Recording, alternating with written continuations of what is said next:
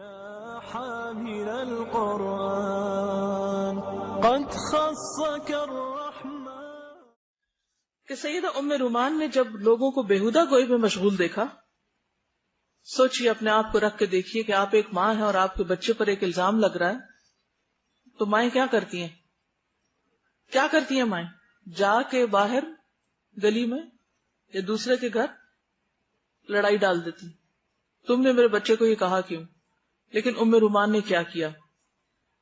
جب انہوں نے سنا کہ ان کی بیٹی پہ اتنا بڑا الزام لگا ہے تو شدید صدمے کی بنا پہ مدہوش ہو کر زمین پہ گر پڑی، لیکن اللہ تعالیٰ پر پختہ ایمان نے انہیں صبر کا دامن تھامنے اور اللہ کی کتاب قرآن مجید پر عمل پیرا ہونے پر آمادہ کیا. وہ اللہ سبحانہ و تعالیٰ کی بارگاہ میں گڑ گڑانے لگی، اللہ سے فریادیں کرنے لگی، کسی سے لڑائی کرنے نہیں چلی، اللہ سے مدد مانگنے لگی کہ وہ اپنے فضل و کرم سے ابو بکر کے خاندان کو اس غم سے نجات دے، کیونکہ وہ قادر مطلق اور حامی و ناصر ہے. ام رومان نے صورتحال کو اپنی لاڈلی بیٹی سے چھپائے رکھا. ام رومان نے اس بات کو اپنی بیٹی سے بھی چھپائے رکھا کہ اس پہ کیا الزام لگ رہا ہے. کیا زبردست بات ہے. یعنی اس چیز سے میں اتنی متاثر ہوں. ہوتا کیا ہے کہ اگر ہمارے بچے کو کسی نے کچھ کہہ دیا یا ہمیں اس کی کوئی غلطی پتہ چل گئی، ہم کیا کرتے ہیں؟ ہمارا طریقہ کیا ہوتا ہے؟ گھر میں طوفان لے آتے ہیں، یہ ہوا کیوں؟ تم نے کیا تھا؟ اس کی شامت لاتے، تم نے کیا کیا تھا؟ اچھا ابھی تحقیق ہی کوئی نہیں ہوئی. ایک تو نا تحقیق ہو جائے کسی، جو پہلا واقعہ تھا کہ بچے کو ڈانٹ ڈپٹ کی کہ کیوں کیا یہ، وہ تو تحقیق ہو چکی. یہاں تحقیق نہیں ہے واقعے کی کہ بیٹی کا کوئی قصور ہے بھی کہ نہیں. غم میں ہے، صدمے میں ہے، لیکن بیٹی کو کچھ بھی نہیں کہتی، چپ ہے. حتیٰ کہ بیٹی کو جب پتا چل جاتا ہے اور وہ روتی ہیں اور ان سے پوچھتی ہیں تو بھی اس وقت یہ ام رومان چپ ہے. یعنی یہ اتنا عظیم کردار ہے، ایسا زبردست رول ہے کہ مجھے بڑے بڑوں میں نظر نہیں آتا. آپ میری بات سمجھی؟ آپ کو واقعے کا پس منظر معلوم ہے نا کہ ایک موقع پر حضرت عائشہ جب حضور صلی اللہ علیہ وسلم کے ساتھ گئی تھی ایک غزوے پر اور واپسی کے سفر میں پیچھے رہ گئی، تو جن کی ڈیوٹی تھی پیچھے کی چیزوں کو اور لوگوں کو لانے کی، کیا نام تھا ان کا؟ صفوان بن معطل. وہ ان کے ساتھ مدینہ میں داخل ہوئی تھی، تو کس نے الزام لگایا تھا؟ عبداللہ بن، کون تھا وہ؟ منافق. عبداللہ بن ابی نے ان پر الزام لگایا. اس میں کون کون شریک ہو گئے تھے؟ زیادہ تر منافقین اور صرف 3 مخلص مومن، جن میں سے حمنہ بنت جحش جو نبی صلی اللہ علیہ وسلم کی ایک اہلیہ کی بہن تھی، بہن بھی نہیں شریک ہوئی، آپ کی اہلیہ بھی نہیں، جو سوکن تھی حضرت عائشہ کی، وہ بھی نہیں، انہوں نے کچھ بھی نہیں کہا، بہن کا ساتھ ہی نہیں دیا. اور مستہ تھے اور حسان بن ثابت، 3 لوگ تھے. اب آپ دیکھیے کہ وہ 3 تو غلط فہمی میں آگے انسان تھے، ہو گیا جو بھی ہونا تھا، اور ان کو بعد میں حد بھی لگا دی گئی.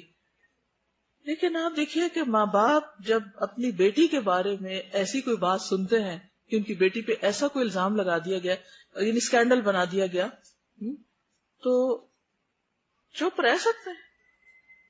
صبر کر سکتے؟ بیٹی پوچھتی بھی ہے تو چپ ہے، کچھ نہیں کہتے.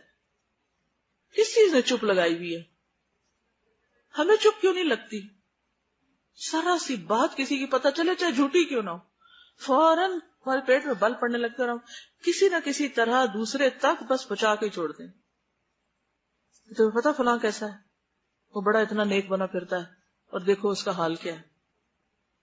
ایسی خبروں سے لوگوں کو کس قدر انٹرسٹ ہوتا ہے، اور کئی لوگوں نے تو اس کو کاروبار بنا رکھا ہے. وہ اس سے پیسے کماتے ہیں ایسی خبریں مشہور کر کے، چھاپ کے یا دے کر خبروں میں، اور لوگوں کی عزتیں روندی جاتی ہیں، اور دنیا بھر کے لوگ بیٹھ کے تبصرے صرف کر رہے ہوتے ہیں، اور بار بار ان چیزوں کو ریپیٹ کیا جاتا ہے.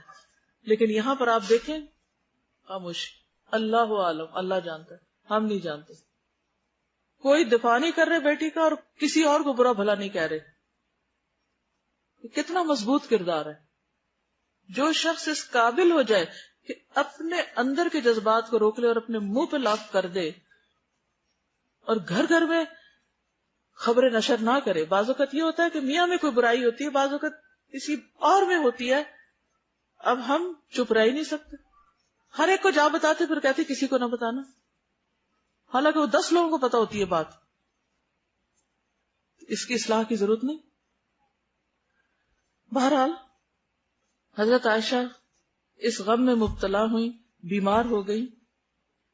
پھر حضور صلی اللہ علیہ وسلم نے بھی ان کو نہیں بتایا, کسی نے بھی نہیں بتایا. جس نے الزام لگایا تھا ان کی والدہ سے پتا چلا, اور جب وہ اپنے ماں باپ کے گھر آتی ہیں تو دونوں غم کی تصویر بنے ہوئے, شدید غم میں. والدین کو دیکھتے ہی رونا شروع کر دیتی ہیں, روتے ہوئے ہچکی بن جاتی, آنکھوں سے آنسو جاری, گلا شکوہ کرتی ہیں کہ آپ نے مجھے کیوں نہیں بتایا, مجھ سے کیوں چھپایا, میں کیا کروں. تو ام رومان نے کیا کیا, شفقت کا انداز اختیار کرتے کہا بیٹی غم نہ کرو.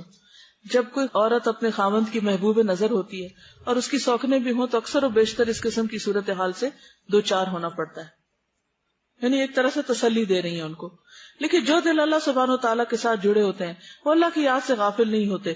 آزمائش کی گھڑیوں میں وہ اللہ کو یاد کرتے ہیں تو اللہ بھی ان کی لاج رکھتا ہے. مسلمانوں کے گھرانوں میں سے کسی مسلمان کا گھر جس میں رہنے والوں کے دل نور ایمان سے منور ہوں, ابو بکر کے خاندان سے بڑھ کر نہ ہوگا, کیونکہ اس گھر سے ہدایت کی شعائیں تمام گھروں کی طرف سفر کرتی تھی. ابو بکر صدیق کے دل سے دوسرے لوگوں کے دل نور ایمان کی دولت سے فیضیاب ہوتے. تو اللہ سبحانہ وتعالیٰ اس گھر والوں کا دفاع کیسے نہ کرتا. تو اللہ تعالیٰ نے وہ آیات نازل کی. حضرت عائشہ کہتی ہے کہ میں تو کبھی سوچ بھی نہیں سکتی تھی کہ میرے بارے میں وہی نازل ہوگی. تو بہرحال اللہ تعالیٰ نے ان کی صفائی پیش کر دی اور بات ختم ہو گئی. اور بعد میں بھی ہم نہیں دیکھتے کہ ان کی والدہ یا حضرت ابوبکر یہ قصے لے کے بیٹھے ہوئے دہرا رہے ہیں اور لوگوں کو ملامت کر رہے ہوں, بلکہ انہوں نے الزام لگایا تھا جن کو وہ وظیفہ دیتے تھے, اور جب روکنے کو دل چاہا تو اللہ تعالیٰ نے کہا کہ نہیں, معاف کر دو, اور پہلے سے بھی دگنا کر دیا. کیا ہم بھی ایسے ہی معاف کرتے ہیں لوگوں کو؟